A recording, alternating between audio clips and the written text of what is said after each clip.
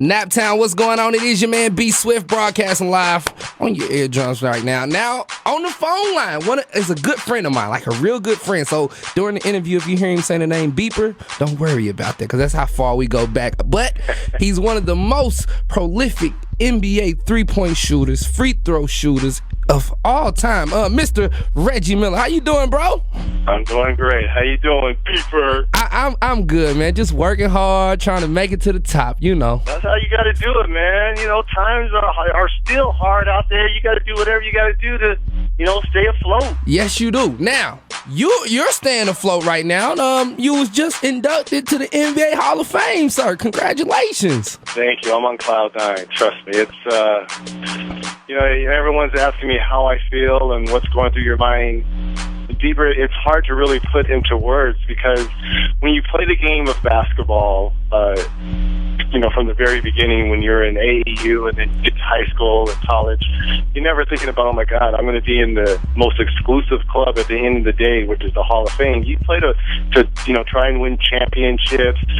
Basketball has allowed me to travel around the world to meet dignitaries and celebrities, to make and form friendships. At the end of the day, I never thought I would be, the creme of the creme. And when I got the call that I was going in, it's a great day because a lot of people have helped me get to this point, and they will all be saying, trust me.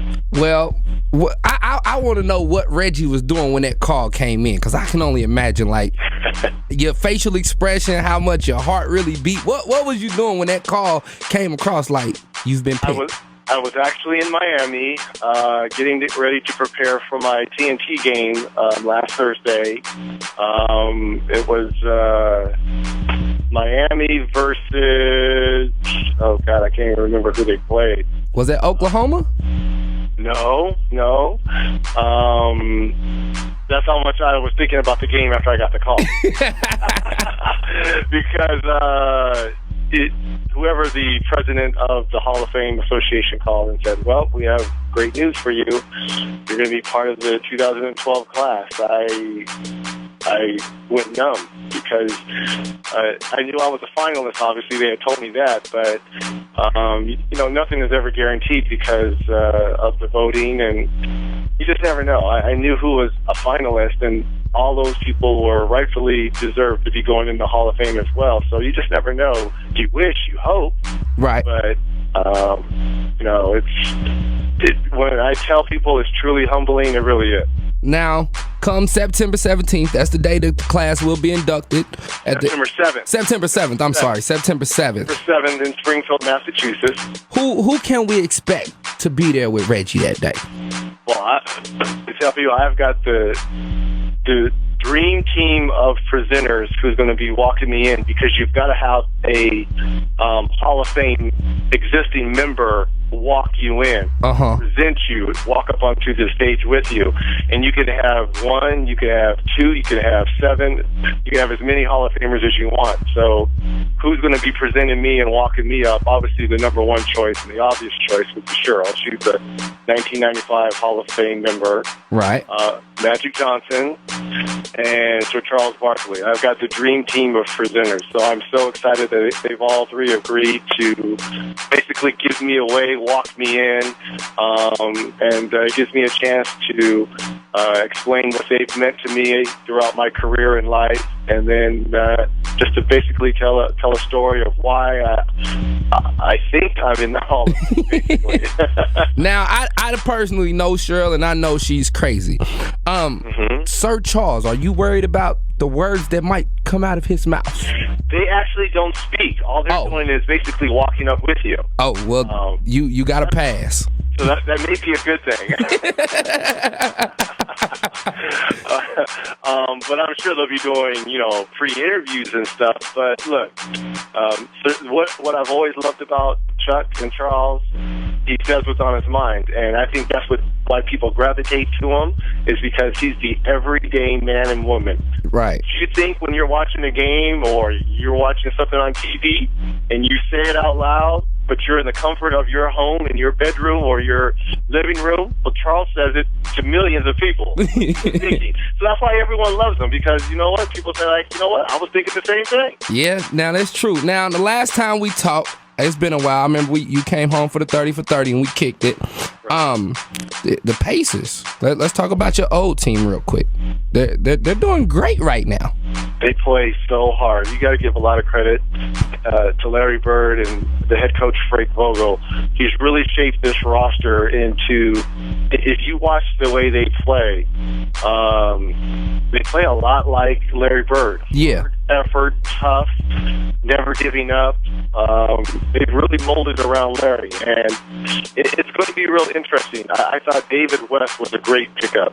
You know, coming off knee surgery, there was a lot of question marks out there, and I don't even think if you even ask him, he's 100% back. But what he does for this team with that veteran leadership, you got a guy who's been in the playoffs, deep in the playoffs, who's an all-star player who can make big shots. He's a pick and pop player. I mean, that's only going to help out a Tyler Hansbrough. I think Darren Collison, George Hill was a great trade. Agree. I've always loved him. I used to watch him in high school when I was there, going to high school games and stuff. Paul George, to me, is going to be a future all-star, and the way the big fella, Roy Hibbert, has come along and been an all-star this year, they're going to make some noise in the playoffs. Again, I love how hard they play, because that's half the battle. There's a lot of teams that are talented, but they don't play hard. Right. There's a lot of teams that don't have a lot of talent, but if you play hard, it keeps you in ball games, and then you make some timely shots. I think that's why the Pacers are an interesting team. Yeah. They play so hard, and a lot of teams aren't willing to play that hard. Yeah, I agree. Now, you know, I ain't going to take your time because I know you have a lot of things to do. Just a couple more questions. If, you know, going into the Hall of Fame, what would you say is Reggie's most memorable moment about being with the Indiana Pacers? You know, it's interesting. It'll be hard to pick one basketball moment, because I've had so many games and I've played with so many different players. I don't think that would be fair to say this particular game in this particular setting. I basically, I'm going to start and end with how my career was. What I will remember most is being drafted in '87, coming to Indianapolis, not really knowing a lot about the city at the time. Downtown doesn't look what it looked like when I got there. There wasn't any big, shopping mall, and the only things open were Steak and Shake and Union Station. If you wanted to go out, you had to go to Faces. I know there's some viewers that remember Faces and Piccadilly's over there on the west side. Wow. Those clubs and all that, like it is now. So I remember being drafted in '87, and to me, just forming a bond with the faithful Indiana. And as much love as everyone came up to me, my proudest moment is seeing kids who are young adults come up to me and say, I remember when I saw you at Kroger or Marsh or, walking your dog. It's those stories. For 18 years, I got a chance to play for one organization in front of one set of fans, one city, one state. I mean, how many players get a chance to do that? And to me, the second thing, it will be the end. When we played Detroit, and we were shorthanded because of what had happened, with the brawl in Detroit. Mm-hmm. We found a way to make the playoffs, and we battled Detroit, and, we took them, I think, to 5 or 6 games, and then losing at home, and, the faithful and Larry Brown calling the extra timeout and the fans. I remember the beginning and the end. There's a lot of games in between. Of course, the threatening Spike Lees and all of that. We won't talk about that, though. Well, Reg, like I said, we go way back to when I was bugging you every other day on the two-way pager just because I was just so excited to be a good friend of yours, to where I am now. And I just want to say congratulations from me and the city of Indianapolis, because you definitely deserve everything that's been placed in front of you right now. Well, Beeper, I will say this. You never bugged because we were all family hanging around with Dewan and Dion and Gary and everyone, and Larry, Mama D. I appreciate your friendship over the years. You know, there's only so many people you can call friends. You're one of them. And anytime you need anything, I love how you're bringing joy and incitement, you know, spinning the ones and twos for all the great fans and people of Indianapolis. Continue to do your thing. And I always look forward to talking to you. And thank you for having your fans embrace me. Really, they're unbelievable. The fans of Indiana, there's nothing like it. So thank you guys so much for 18 wonderful years playing with you guys and always supporting me even after my second endeavor with the movie business as well as being on TNT. So thank you. Oh, no problem, Reggie. So have a good day. I know you got games to get to, Uncle Reg. Thank you. I appreciate it. Yes, Take sir. care.